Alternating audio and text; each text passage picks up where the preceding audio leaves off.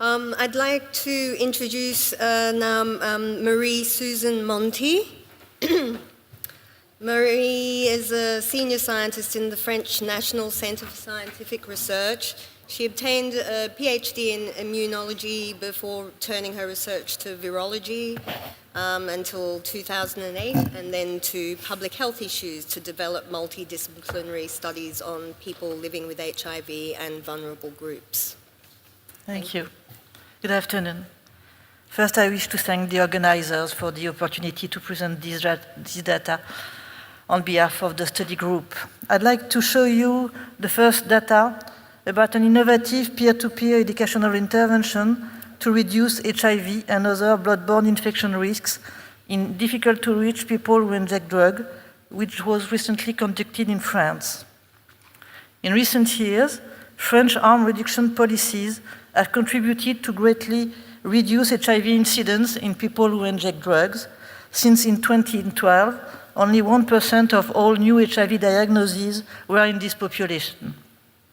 However, injection practices still result in high prevalence of Hep C infections in people who inject drugs through the sharing of needles, syringes, and other paraphernalia.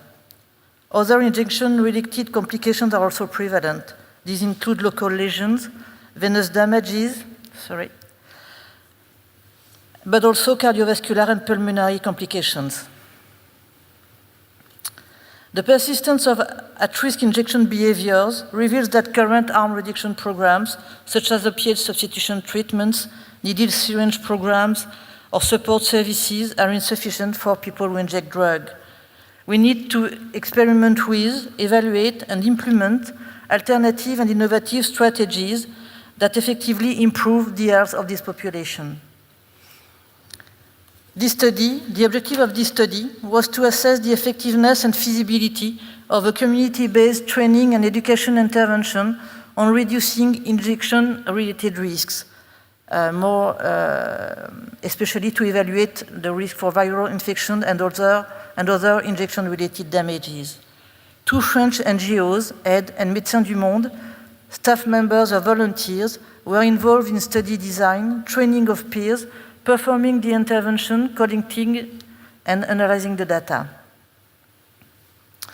This study was a multi-site, community-based research, comparing the evolution of injection-related risks over 1 year in low-threshold services, all by AIDE and Médecins du Monde, between an intervention group comprising people benefiting from educational sessions in 8 participating services, and a control group comprising people recruited in 9 services, working in accordance with their current guidelines. People seeking support for their injection practices enrolled in the intervention group received educational sessions provided by trained NGO staff and volunteers.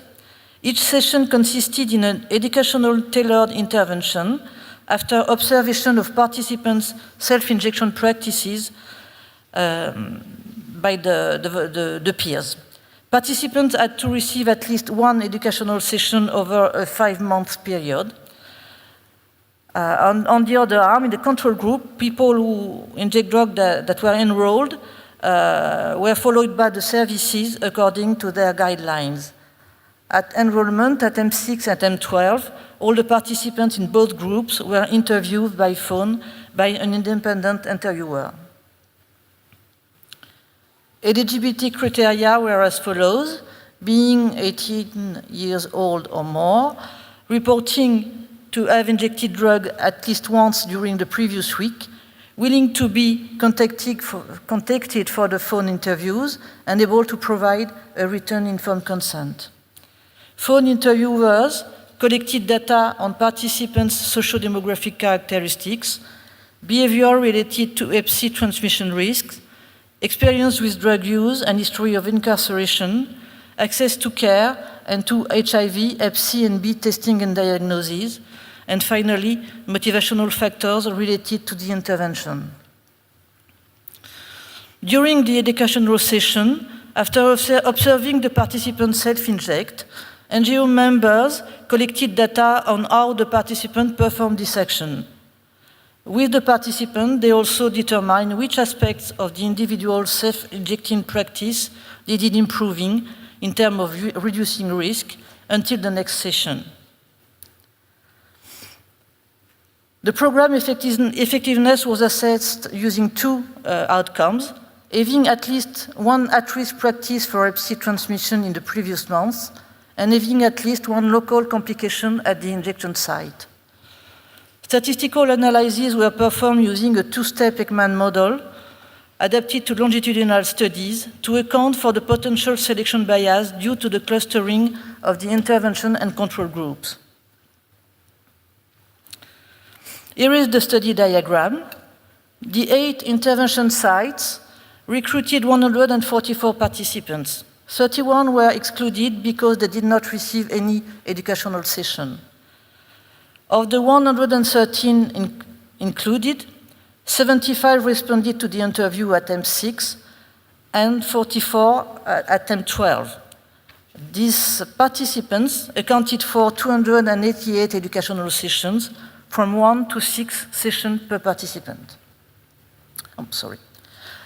In the 9 control sites, 127 participants were recruited, 92 were interviewed at M6 and 71 at M12. Participants' main characteristics were as follows. In both groups, 78% of them were men. Compared to the control group, intervention group had a significantly higher educational level, more precarious housing conditions, were more likely to use heroin or morphine sulfates, to have more Hep C at-risk practices, and to be Hep C infected.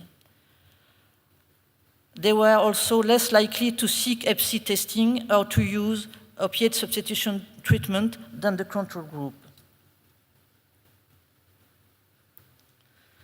Using a mixed model, we looked at the evolution of the outcomes among the intervention group. These slides show on the left a significant decrease in the percentage of participants reporting at least one Hep C at-risk practice at M6, decreasing from 44 to 25%, and on the right, a significant decrease in those reporting at least one complication at the injection site at M12, decreasing from 66 to 39%. However, as you can see, there is a great difference at enrollment between the intervention and the control group concerning the Hep C at-risk practices, the former being more at risk than the latter. That's why we use a two-step Ekman model in the multivariate analyses to take these differences at baseline into account. Results are as follows. Factors associated with having at least one Hep C at-risk practice in the previous months were being a woman, being younger, harmful alcohol consumption, and cocaine, crack, or polydrug use. Participants who received the intervention reported significantly more Hep C at-risk practices than those who didn't. When looking at the interaction between intervention and follow-up time, we observe a significant reduction in Hep C at-risk practices at M6 and a tendency toward significant at M12. Factors associated with having at least one complication at the injection site were younger age and use of morphine sulfates.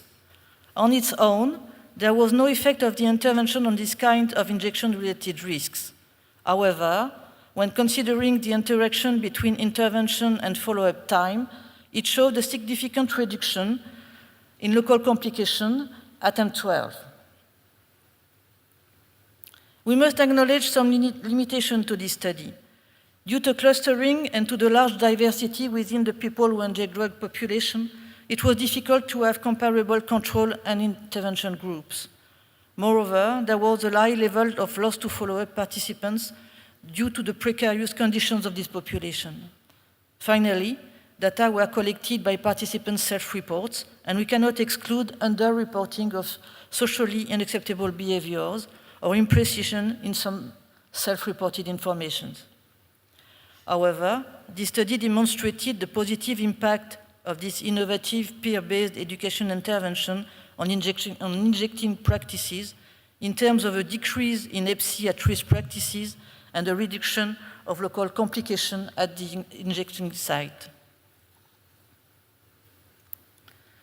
The success of harm reduction policies in reducing HIV incidence among this population proved that people who inject drugs want to take care of their health. The high percentage of Hep C epidemics among them underlined the urgent need for tailored harm reduction programs.